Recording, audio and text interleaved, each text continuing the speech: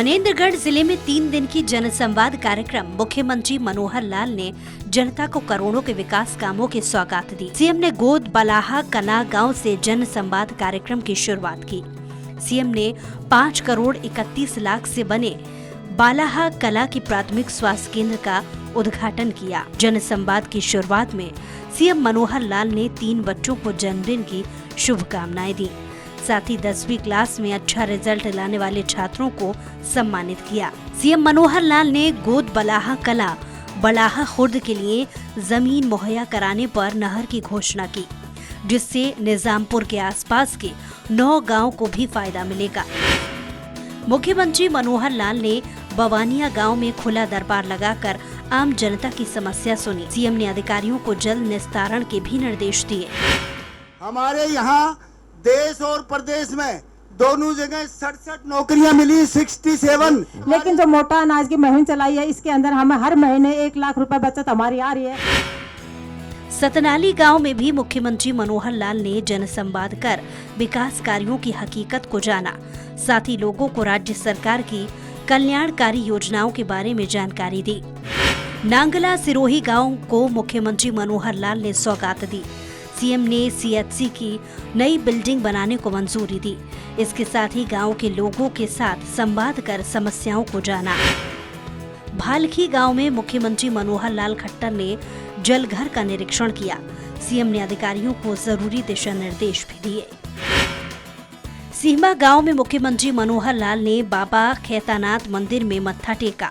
इसके बाद मुख्यमंत्री मनोहर लाल ने खुला दरबार लगाकर आम जनता की समस्याएं सुनी। इस मौके पर मुख्यमंत्री मनोहर लाल सीमा को उप तहसील का दर्जा देने और बेसहारा गौवंश को आश्रय के लिए गौशाला खोलने वालों को मदद करने का ऐलान किया।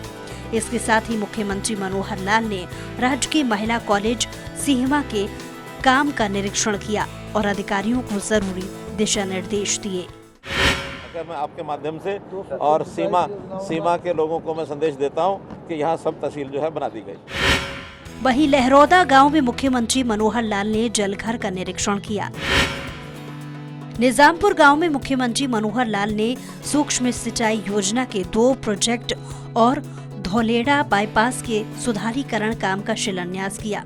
सीएम ने जरूरतमंद दिव्यांगों को कृत्रिम अंग भी बांटे। इस मौके पर सीएम मनोहर लाल ने कहा कि सरकार ने 300 टेल तक पानी पहुंचाने का काम किया है। साथ ही निजामपुर और आसपास के 9 गांव के लिए DI पाइप की योजना को मंजूरी दी है। 34 करोड़ की इस योजना से इलाके की पानी की समस्या दूर होगी। इसके साथ ही जनसंवाद कार्यक्रम में सीएम ने निजामपुर गांव में सामुदायिक भवन बनाने की घोषणा की। वहीं गांव के एक युवक ने मुख्यमंत्री मनोहर लाल से अपने अनुभव साझा किए। इस मौके पर सीएम ने कहा कि मौजूदा सरकार में ईमानदारी से नौकरियां मिल रही हैं। नौकरी अपने आप मिल रही है साहब। और क्या होता था कि चंडीगढ़ से नौकरियां चलती, निजामपुर तक तो खत्म ही हो जाती थी और अब निजामपुर से ही शुरू होती है। सर हमारा जो क्षेत्र है सर पढ़ाई में बहुत ही प्रतिभावान। मुख्यमंत्री ने निजामपुर से नांगल चौधरी होते हुए जयपुर जाने वाली बस को भी हरी झंडी दिखाई। मुसरौता गांव में मुख्यमंत्री मनोहर लाल ने जनसंवाद कार्यक्रम किया। इसमें सीएम ने अधिकारियों और जनता को एक साथ बैठाकर समस्याओं पर चर्चा की। सीएम ने अधिकारियों से जनप्रतिनिधियों के साथ सामंजस्य बनाकर विकास कामों को पूरा करने के निर्देश दिए। मुख्यमंत्री मनोहर लाल का जनसंवाद कार्यक्रम के दूसरे दिन ढाड़ी, बठौटा, मंडलाना और सीमा में लोगों की समस्याएं सुनी।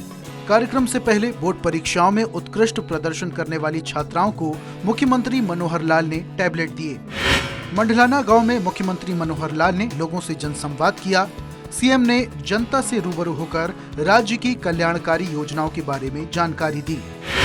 गांव ढाड़ी बठौटा में मुख्यमंत्री मनोहर लाल ने माइक्रो इरिगेशन की 2 परियोजनाओं का शिलान्यास किया। साथ ही ढाड़ी बठौटा के विलेज नॉलेज सेंटर का उद्घाटन किया। सीएम ने जनसंवाद कार्यक्रम के तहत जनता की समस्याएं सुन अधिकारियों को जल्द से जल्द हल करने के निर्देश दिए। मुख्यमंत्री ने गांव के 3 बच्चों मयंक, अन्नू और ओमपाल को जन्मदिन की बधाई दी और उपहार देकर सम्मानित किया। साथ ही 10वीं और 12वीं कक्षा में अच्छे अंक हासिल करने वाले 6 विद्यार्थियों मनीष, दीपक, परीक्षित, अंशुल, बबली और सपना को उपहार देकर उनकी हौसला अफजाई की।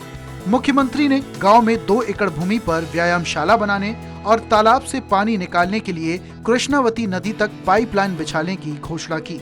मुख्यमंत्री ने कहा कि बेमौसम हुई बरसात के कारण सरसों में हुए नुकसान का मुआवजा भी जल्द किसानों को दिया जाएगा। उन्होंने कहा कि गांव में 3 करोड़ के विकास कार्य हुए हैं। वहीं नारनौल विधानसभा की 23 नई सड़कों को मंजूरी दी जा चुकी है। मुख्यमंत्री ने कहा कि गांव के 83 युवाओं को अपनी योग्यता के बल पर नौकरी मिली है, जबकि 111 लोगों ने आयुष्मान भारत योजना में अपना इलाज कराया है। मुख्यमंत्री मनोहर लाल को कृषि मंत्री जेपी दलाल ने 12 करोड़ 33 लाख का चेक दिया, जो हरियाणा राज्य भंडारण निगम ने लाभांश के तौर पर कमाया है। वित्तीय वर्ष 2019-20 और 2020-21 के लिए 12 करोड़ 63 लाख 15,817 रुपए का लाभांश चेक दिया है। यूपीएससी की सिविल सेवा 2023 में हरियाणा के कई युवाओं ने सफलता हासिल की है। हरियाणा के पूर्व डीजीपी मनोज यादव के बेटे अनिरुद्ध यादव को 8वीं रैंक मिली है।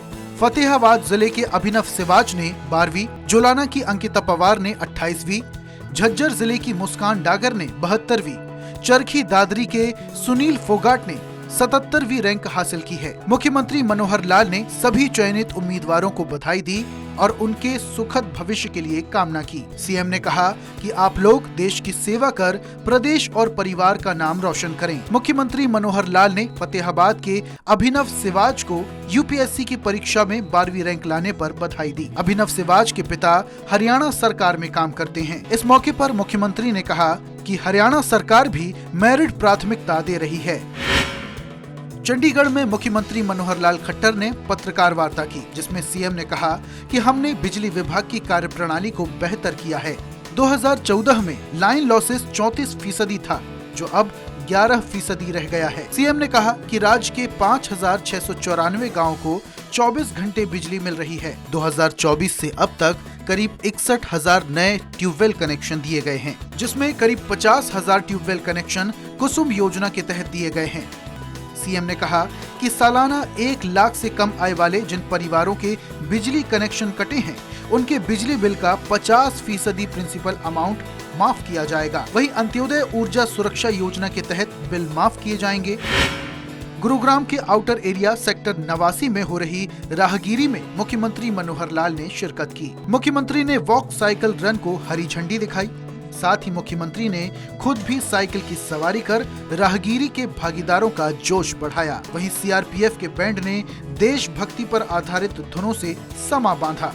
इस मौके पर मुख्यमंत्री ने सेक्टर 79 की सड़क पर साइकिल और पैदल चलने वालों के लिए ट्रैक बनाने का ऐलान किया है। मुख्यमंत्री ने कहा कि गुरुग्राम से शुरू राहगीरी ने इतिहास रच दिया है। उन्होंने कहा कि राहगीरी के 9 साल के सफर में 1 करोड़ 30 लाख भागीदार बन चुके हैं। वहीं कबड्डी के डेमो में सीएम खुद को रोक नहीं पाए और खिलाड़ी बनकर उत्साह बढ़ाया। मुख्यमंत्री मनोहर लाल ने हरियाणा में सड़क सुरक्षा सप्ताह मनाने का ऐलान किया है। साथ ही सीएम ने राहगीरी के मंच से मनुष्य तू महान है गाना भी सुनाया। मुख्यमंत्री मनोहर लाल ने सामुदायिक पुलिसिंग और आउटरीच कार्यक्रम हरियाणा उदय का शुभारंभ और कैलेंडर का विमोचन भी किया। शान तो भारत की संतान, धरती की शान तू हमारी संतान, तेरी मुट्ठियों में बंद तूफान है रे, मुट्ठियों में बंद तूफान है। तो हमारे ये कार्यक्रम, चाहे राहगीरी के कार्यक्रम हो, चाहे मैराथन के कार्यक्रम हो अथवा अन्य प्रतियोगिताएं हो, इनका एक सार्थक परिणाम में निकलेगा।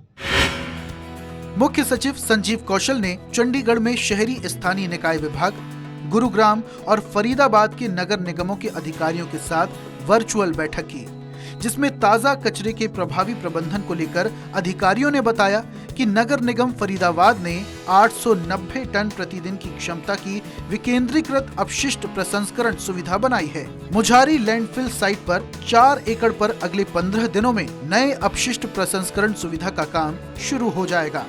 इस साइट को 171.95 लाख रुपए से विकसित किया जा रहा है, जिसकी प्रसंस्करण क्षमता 959 टीपीडी होगी।